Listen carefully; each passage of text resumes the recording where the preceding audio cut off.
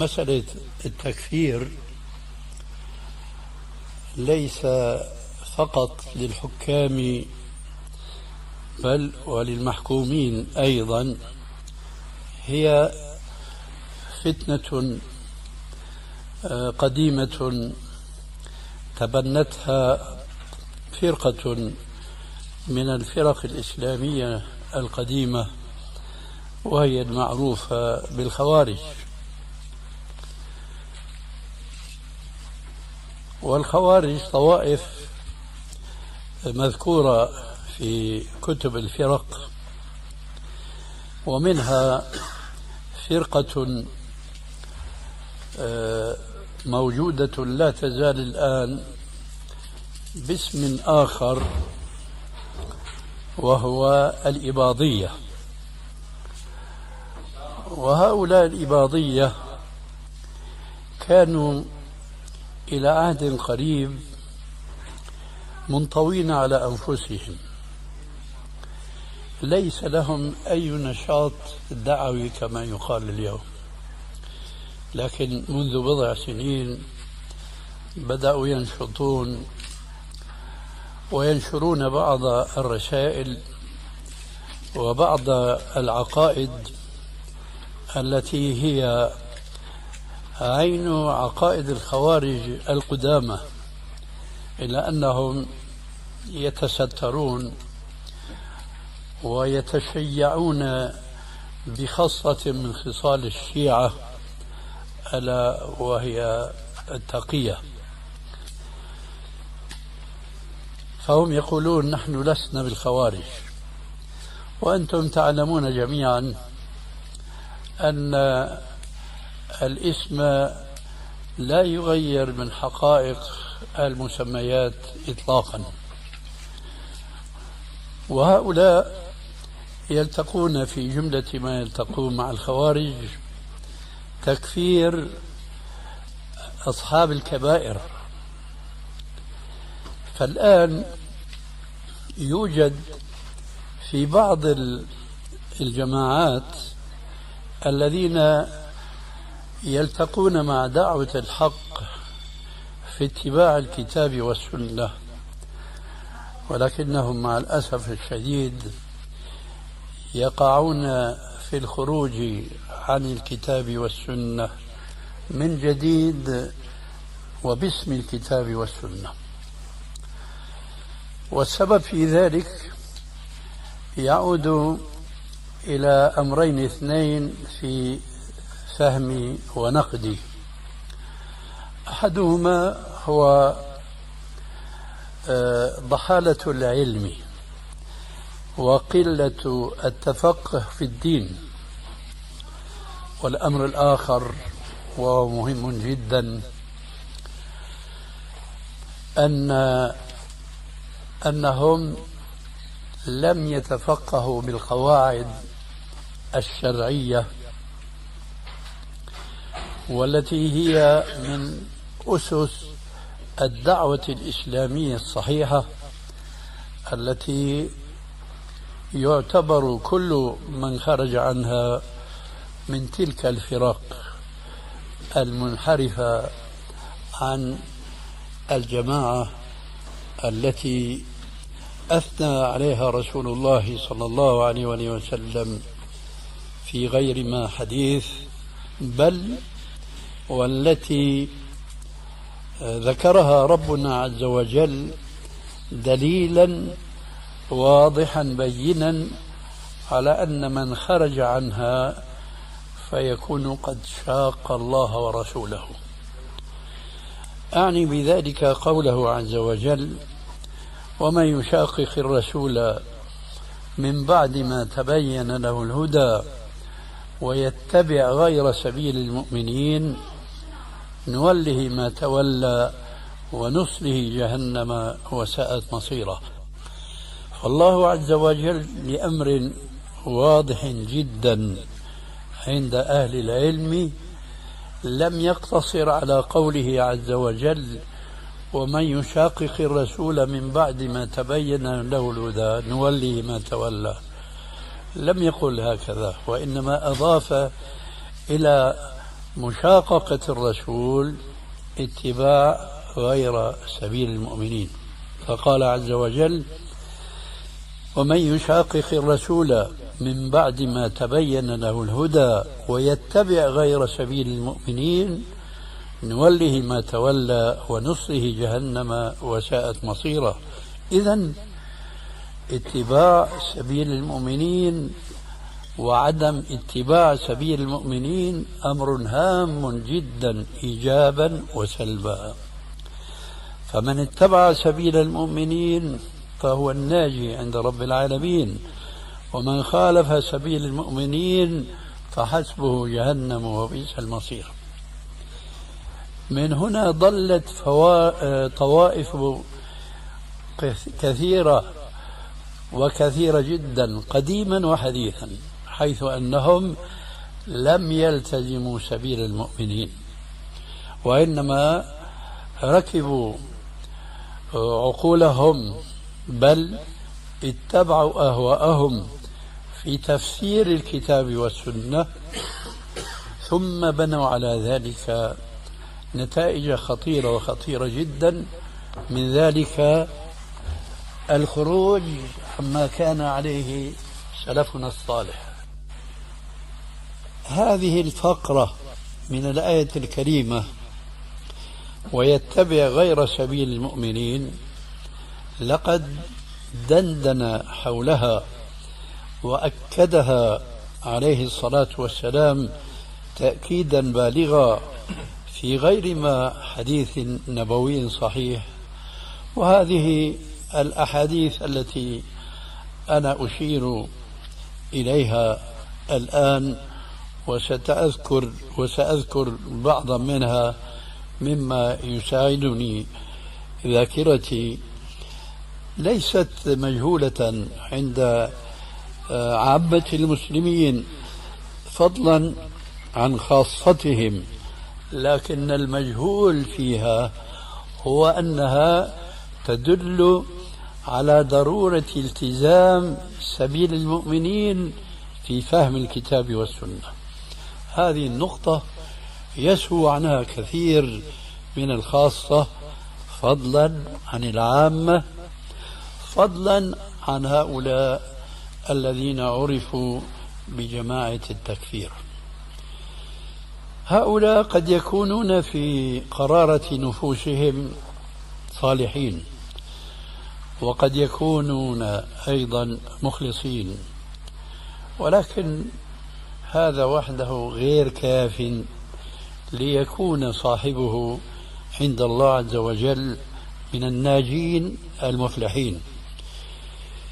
لابد للمسلم أن يجمع بين أمرين اثنين: بين الإخلاص في النية لله عز وجل، وبين حسن الاتباع لما كان عليه النبي صلى الله عليه وآله وسلم. فلا يكفي إذن أن يكون المسلم مخلصا وجادا فيما هو في صدده من العمل بالكتاب والسنة والدعوة إليهما، فلا بد بالإضافة إلى ذلك أن يكون منهجه منهجا سويا سليما. فمن تلك الأحاديث المعروفة كما أشرت آنفا حديث الفرق 73، ولا أحد منكم إلا وهو يذكره، وهو قوله عليه الصلاة والسلام: تفرقت اليهود على 71 فرقة، وتفرقت النصارى على 72 فرقة، وستفترق أمتي على 73 فرقة كلها في النار إلا واحدة. قالوا: من هي يا رسول الله؟ قال: هي ما أنا عليه وأصحابي. نجد أن جواب النبي صلى الله عليه وآله وسلم لأولئك الذين سألوا عن الفرقة الناجية يلتقي تماما مع الآية السابقة: ويتبع غير سبيل المؤمنين. فالمؤمنون المقصودون في هذه الآية الكريمة هم الأصحاب.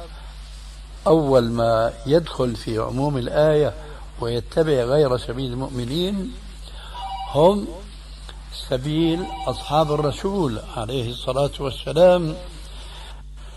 فالرسول صلى الله عليه وآله وسلم في الجواب عن ذاك السؤال عن الفرقة الناجية ما هي، ما أوصافها، قال هي التي تكون على ما أنا عليه وأصحابي. لم يكتفي الرسول صلى الله عليه وسلم في هذا الحديث على قوله ما أنا عليه، وقد يكون ذلك كافيا في الواقع للمسلم الذي يفهم حقا الكتاب والسنة، ولكنه عليه الصلاة والسلام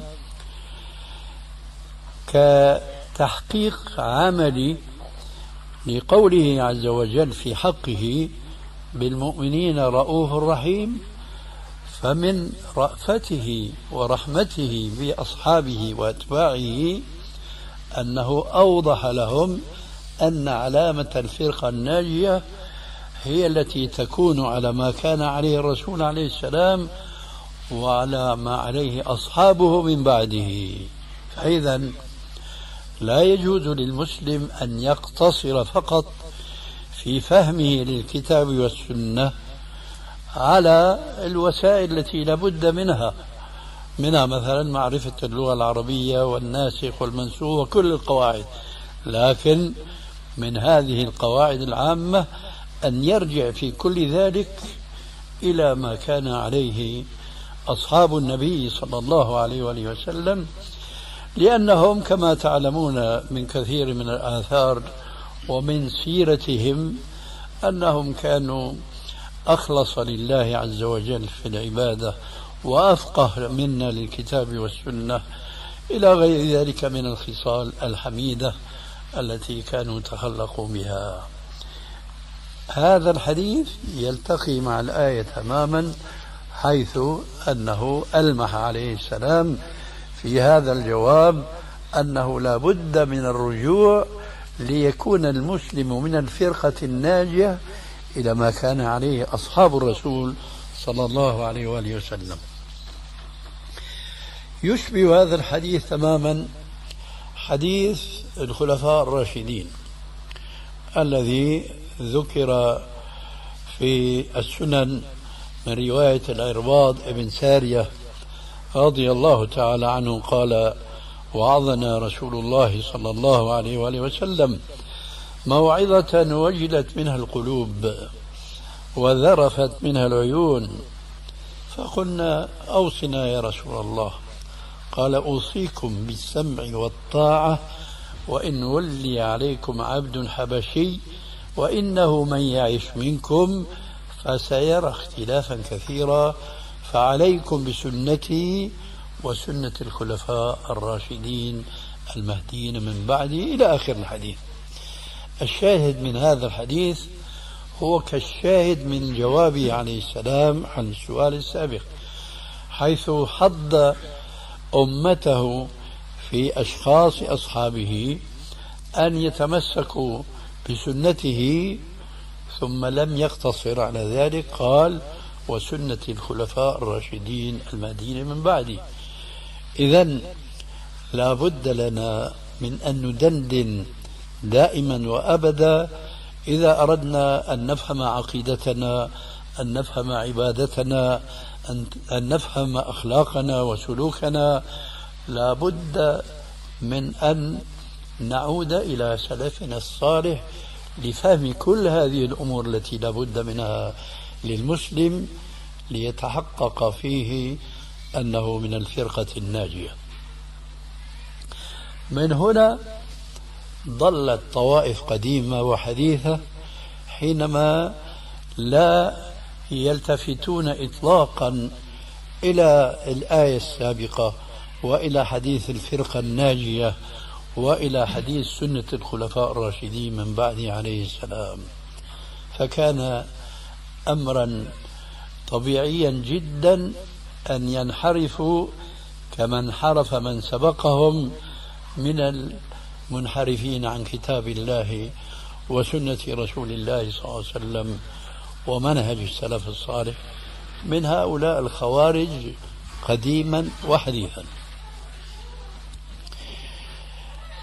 أصل التكفير الذي ذر قرنه في هذا الزمان الآية التي يدندنون حولها دائما وأبدا، ألا وهي قوله تبارك وتعالى: ومن لم يحكم بما أنزل الله فأولئك هم الكافرون. ونعلم جميعا أن هذه الآية جاءت في خاتمتها بألفاظ ثلاثة: فأولئك هم الكافرون، فأولئك هم الظالمون، فأولئك هم الفاسقون.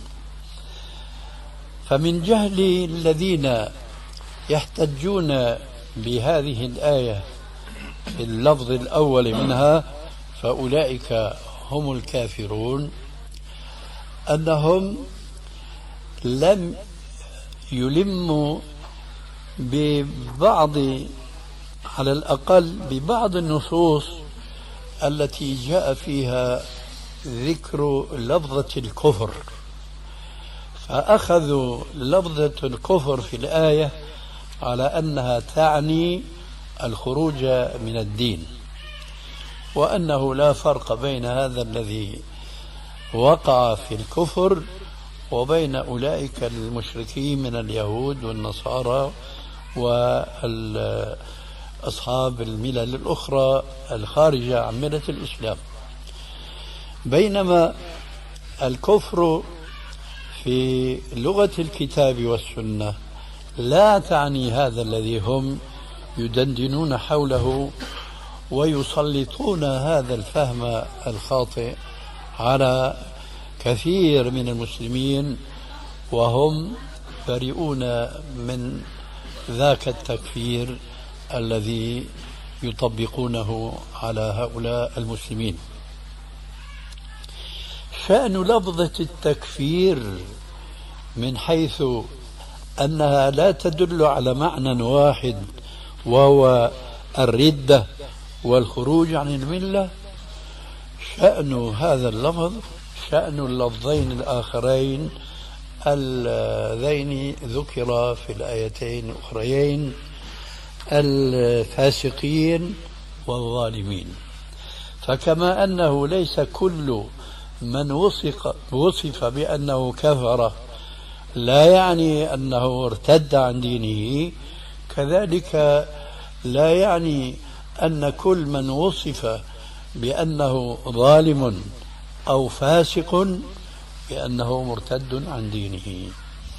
هذا التنوع في معنى اللفظ الواحد هو الذي يدل عليه اللغة ثم الشرع الذي جاء بلغة العرب، لغة القرآن الكريم كما هو معلوم. من أجل ذلك كان من الواجب على كل من يتصدى للحكم بما أمر الله عز وجل، لست أعني الآن الحكام، وإنما أعني أولئك الذين يصدرون الأحكام على المسلمين، سواء كانوا حكاما أو محكومين.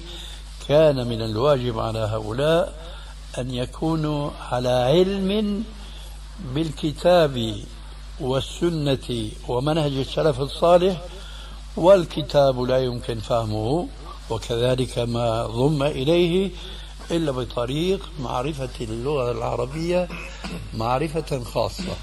وقد يكون إنسان ما ليس عنده معرفة قوية أو تامة باللغة العربية فيساعده في استدراك هذا النقص الذي قد يشعر به في نفسه حينما يعود إلى من قبله من العلماء، خاصة إذا كانوا من أهل القرون الثلاثة المشهود لها بالخيرية فرجوعه إليهم حينئذ سيكون مساعدا له لاستدراك ما قد يفوته من المعرفة باللغة العربية وآدابها. نعود الآن إلى هذه الآية: ومن لم يحكم بما أنزل الله فأولئك هم الكافرون.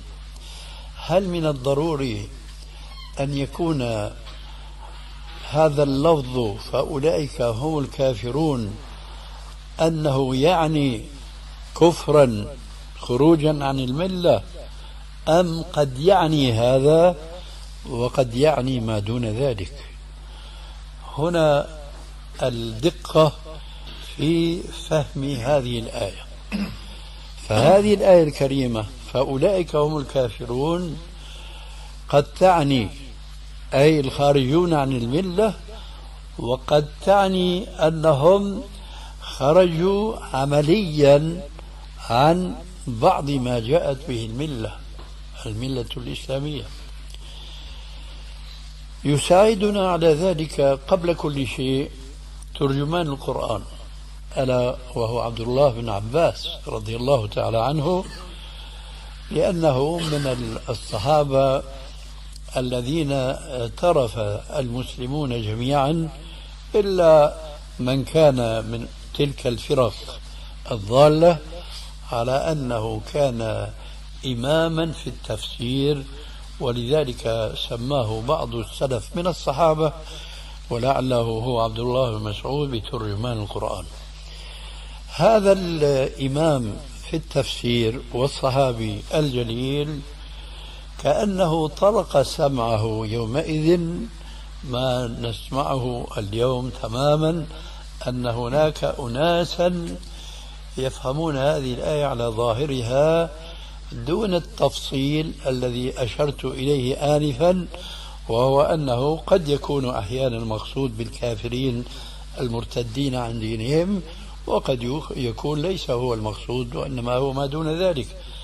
فقال ابن عباس رضي الله عنه: ليس الأمر كما يذهبون أو كما يظنون، وإنما هو كفر دون كفر. ولعله كان يعني بذلك الخوارج الذين خرجوا على أمير المؤمنين، ثم كان من عواقب ذلك أنهم سفكوا دماء المؤمنين وفعلوا فيهم ما لم يفعلوا بالمشركين. فقال: ليس الأمر كما قالوا أو كما ظنوا، وإنما هو كفر دون كفر، كفر دون كفر. هذا الجواب المختصر الواضح من ترجمان القرآن في تفسير هذه الآية هو الذي لا يمكن أن يفهم سواه من النصوص التي ألمحت إليها آنفا في مطلع كلمتي هذه، أن كلمة الكفر ذكرت في كثير من النصوص، مع ذلك تلك النصوص لا يمكن أن تفسر بهذا التفسير الذي فسروا به الآية، أو لفظ الكفر الذي جاء في تلك النصوص لا يمكن أن يفسر بأنه يساوي الخروج من الملة. فمن ذلك مثلا الحديث المعروف في الصحيحين من حديث عبد الله بن مسعود رضي الله تعالى عنه قال: قال رسول الله صلى الله عليه وآله وسلم: سباب المسلم فسوق وقتاله كفر. قتاله كفر عندي هو تفنن في الأسلوب العربي في التعبير، لأنه لو قال قائل سباب المسلم وقتاله فسوق يكون كلاما صحيحا، لأن الفسق هو المعصية وهو الخروج عن الطاعة. لكن الرسول عليه السلام باعتباره أفصح من نطق بالضاد قال: سباب المسلم فسوق وقتاله كفر. ترى هل يجوز لنا أن نفسر الفقرة الأولى من هذا الحديث سباب المسلم فسوق بالفسق المذكور في اللفظ الثاني أو الثالث في الآية السابقة: ومن لم يحكم بما أنزل الله فأولئك هم الفاسقون؟ فأولئك هم الفاسقون، وسباب المسلم فسوق. نقول قد يكون الفسق أيضا مرادفا للكفر الذي هو بمعنى الخروج عن الملة، وقد يكون الفسق مرادفا للكفر الذي لا يعني الخروج عن الملة، وإنما يعني ما قاله ترجمان القرآن إنه كفر دون كفر. وهذا الحديث يؤكد أن الكفر قد يكون بهذا المعنى. لماذا؟ لأن الله عز وجل ذكر في القرآن الكريم الآية المعروفة: وإن طائفتان من المؤمنين اقتتلوا فأصلحوا بينهما فإن بغت إحداهما على الأخرى فقاتلوا التي تبغي حتى تفيء إلى أمر الله. إذن قد ذكر هنا ربنا عز وجل الفرقة الباغية التي تقاتل الفرقة الناجية، الفرقة المحقة المؤمنة، ومع ذلك فما حكم عليها بالكفر، مع أن الحديث يقول وقتاله كفر. إذن قتاله كفر أي دون كفر، كما قال ابن عباس في تفسير الآية السابقة.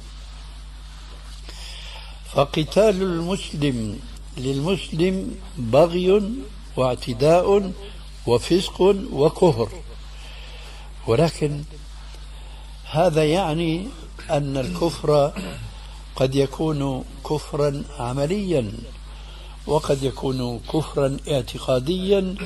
من هنا جاء هذا التفصيل الدقيق الذي تولى بيانه وشرحه الإمام بحق شيخ الإسلام ابن تيمية رحمه الله، بعده تلميذه البار ابن قيم الجوزية، حيث أن لهم الفضل في الدندنة حول تقسيم الكفر إلى ذلك التقسيم الذي رفع رايته ترجمان القرآن بتلك الكلمة الجامعة الموجزة.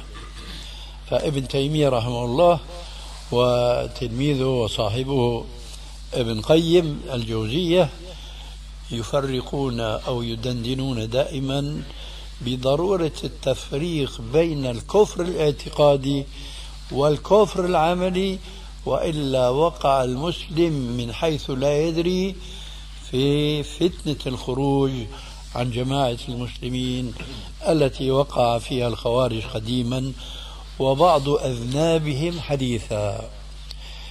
فإذا قوله صلى الله عليه وسلم وقتاله كفر لا يعني الخروج عن الملة، وأحاديث كثيرة وكثيرة جدا لو جمع المتتبع لخرج منها رسالة نافعة في الحقيقة فيها حجة دامغة لأولئك الذين يقفون عند الآية السابقة ويلتزمون فقط تفسيرها بالكفر الاعتقادي، بينما هناك النصوص الكثيرة وكثيرة جدا التي فيها لفظة الكفر، ولا يعنى أنها تعني الخروج عن الملة.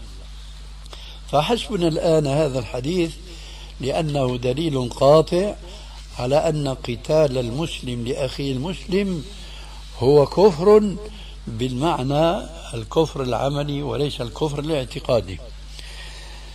فإذا عدنا إلى جماعة التكفير وإطلاقهم الكفر على الحكام وعلى من يعيشون تحت رايتهم، وبالأولى الذين يعيشون تحت إمرتهم وتوظيفهم، فوجهة نظرهم هي الرجوع إلى أن هؤلاء ارتكبوا المعاصي فكفروا بذلك.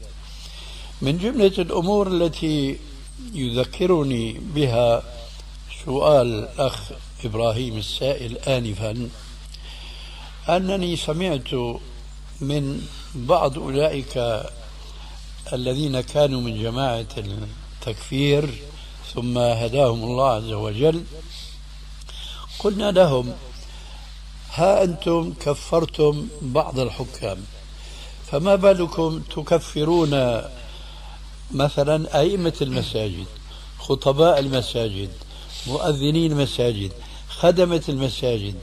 ما بالكم تكفرون أساتذة العلم الشرعي في المدارس الثانوية مثلا أو الجامعات؟ قال الجواب: لأن هؤلاء رضوا بحكم هؤلاء الحكام الذين يحكمون بما أنزل الله. يا جماعة، هذا الرضا إن كان رضا قلبيا بالحكم بغير ما أنزل الله، حينئذ ينقلب الكفر العملي إلى كفر اعتقادي. فأي حاكم يحكم بغير ما أنزل الله وهو يرى أن هذا الحكم هو الحكم اللائق بتبنيه في هذا العصر، وأنه لا يليق تبني الحكم الشرعي المنصوص في الكتاب والسنة، لا شك أن هذا يكون كفره كفرا اعتقاديا وليس كفرا عمليا. ومن رضي بمثل هذا الحكم أيضا فيلحق به. فأنتم أولا لا تستطيعون أن تحكموا على كل حاكم يحكم ببعض القوانين الغربية الكافرة أو بكثير منها، أنه لو سئل فلأجاب بأن الحكم بهذه القوانين هو اللازم في العصر الحاضر، وأنه لا يجوز الحكم بالإسلام. لو سئلوا لا تستطيعون أن تقولوا بأنهم لا يجيبون بأن الحكم بما أنزل الله اليوم لا يليق، وإلا صاروا كفارا دون شك ولا ريب. فإذا نزلنا إلى المحكومين وفيهم العلماء وفيهم الصالحون وإلى آخره، كيف أنتم مجرد أن ترونهم يعيشون تحت حكم يشملهم كما يشملكم أنتم تماما، لكنكم تعلنون أنهم كفار، وهؤلاء لا يعلنون أنهم كفار بمعنى مرتدين، لكنهم يقولون إن الحكم بما أنزل الله هو الواجب، وأن مخالفة الحكم الشرعي بمجرد العمل هذا لا يستلزم الحكم على هذا العامل بأنه مرتد عن دينه. من جملة المناقشات التي توضح خطأهم وضلالهم قلنا لهم: متى يحكم على المسلم الذي يشهد أن لا إله إلا الله وأن محمد رسول الله وقد يصلي كثيرا أو قليلا، متى يحكم بأنه ارتد عن دينه؟ يكفي مرة واحدة ولا يجب أن يعلن سواء بلسان حاله أو بلسان قاله إنه مرتد عن الدين؟ كانوا كما يقال لا يحيرون جوابه، لا يدرون الجواب. فأضطر إلى أن أضرب لهم المثل التالي: أقول قاض يحكم بالشرع، هكذا عادته ونظامه، لكنه في حكومة واحدة زلت به القدم فحكم بخلاف الشرع، أي أعطى الحق للظالم وحرمه المظلوم. هل هذا حكم بغير ما أنزل الله أم لا؟ حكم بغير ما أنزل الله. هل تقولون بأنه كفر بمعنى الكفر عندهم، يعني كفر ردة؟ قالوا لا. قلنا لما وهو خالف الحكم بالشرع؟ قال لأن هذا صدر منه ذلك مرة واحدة. قلنا حسن، صدر نفس الحكم مرة ثانية أو حكم آخر لكن خالف فيه الشرع أيضا، فهل كفر؟ أخذت أكرر عليهم 3 مرات 4. متى تقول إنه كفر؟ لا تستطيع أن تضع حدا بتعداد أحكامه التي خالف فيها الشرع. تستطيع العكس تماما. إذا علمت منه أنه في الحكم الأول استحسنه واستقبح الحكم الشرعي أن تحكم عليه بالردة. وعلى العكس من ذلك، لو رأيت منه عشرات الحكومات في قضايا متعددة خالف فيها الشرع، لكن قلت له يا شيخ أنت حكمت بغير ما أنزل الله عز وجل، فلما ذلك؟ والله خشيت على نفسي، أو ارتشيت مثلا، وهذا أسوأ من الأول بكثير إلى آخره. مع ذلك لا تستطيع أن تقول بكفره حتى يعرب عن كفره المضمور في قلبه إنه لا يرى الحكم بما أنزل الله عز وجل. حينئذ فقط تستطيع أن تقول بأنه كافر كفر الردة. إذن وخلاصة الكلام الآن أنه لا بد من معرفة أن الكفر كالفسق والظلم ينقسم إلى قسمين: كفر ظلم فسق يخرج عن الملة، وكل ذلك يعود إلى الاستحلال القلبي، وخلاف ذلك يعود إلى الاستحلال العملي. فكل العصاة، وبخاصة ما فشى في هذا الزمان من استحلال الربا، كل هذا كفر عملي. فلا يجوز لنا أن نكفر هؤلاء العصاة لمجرد ارتكابه المعصية واستحلالهم إياها عمليا، إلا إذا بدر منهم أو بدا لنا منهم ما يكشف لنا عما في قرارة نفوسهم أنهم لا يحرمون ما حرم الله ورسوله عقيدة، لا يحرمون ما حرم الله ورسوله عقيدة. فإذا عرفنا أنهم وقعوا في هذه المخالفة القلبية حكمنا حينئذ بأنهم كفروا كفر الردة. أما إذا لم نعلم ذلك فلا سبيل لنا إلى الحكم بكفرهم، لأننا نخشى أن نقع في وعيد قوله عليه الصلاة والسلام: من كفر مسلما فقد باء به أحدهما. والأحاديث الواردة في هذا المعنى كثيرة وكثيرة جدا. نذكر بهذه المناسبة بقصة ذلك الصحابي الذي بارز مشركا، فلما رأى المشرك أنه صار تحت ضربة سيف المسلم الصحابي قال: أشهد أن لا إله إلا الله، فما بالاها الصحابي وقتله. فلما بلغ خبره النبي صلى الله عليه وسلم أنكر عليه ذلك أشد الإنكار كما تعلمون، فاعتذر الرجل بأنه ما قال إلا خوفا من القتل. فكان جوابه صلى الله عليه وسلم: هلا شققت عن قلبه. إذن الكفر الاعتقادي ليس له علاقة بالعمل، له علاقة بالقلب، ونحن لا نستطيع أن نقول نعلم ما في قلب الفاسق الفاجر السارق الزاني المرابي إلى آخره إلا إذا عبر عن ما في قلبه بلسانه. أما عمله فعمله ينبي أنه خالف الشرع مخالفة عملية، فنحن نقول إنك خالفت وإنك فسقت وفجرت، لكن ما نقول إنك كفرت وارتدت عن دينك حتى يظهر منه شيء يكون لنا عذر عند الله عز وجل أن نحكم بردته، وبالتالي يأتي الحكم المعروف في الإسلام، ألا وهو قوله عليه الصلاة والسلام: من بدل دينه فاقتلوه.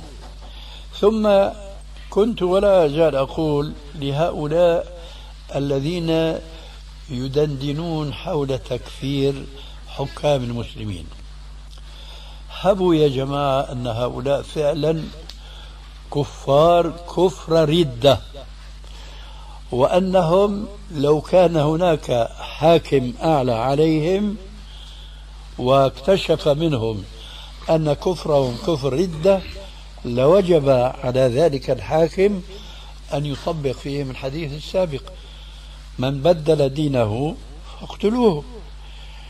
فالآن ماذا تستفيدون أنتم من الناحية العملية إذا سلمنا جدلا أن كل هؤلاء الكفار، هؤلاء الحكام هم كفار كفر الردة؟ ماذا يمكنهم أن تعملوا؟ هؤلاء الكفار احتلوا كثيرا من بلاد الإسلام، ونحن هنا مع الأسف ابتلينا باحتلال اليهود لفلسطين.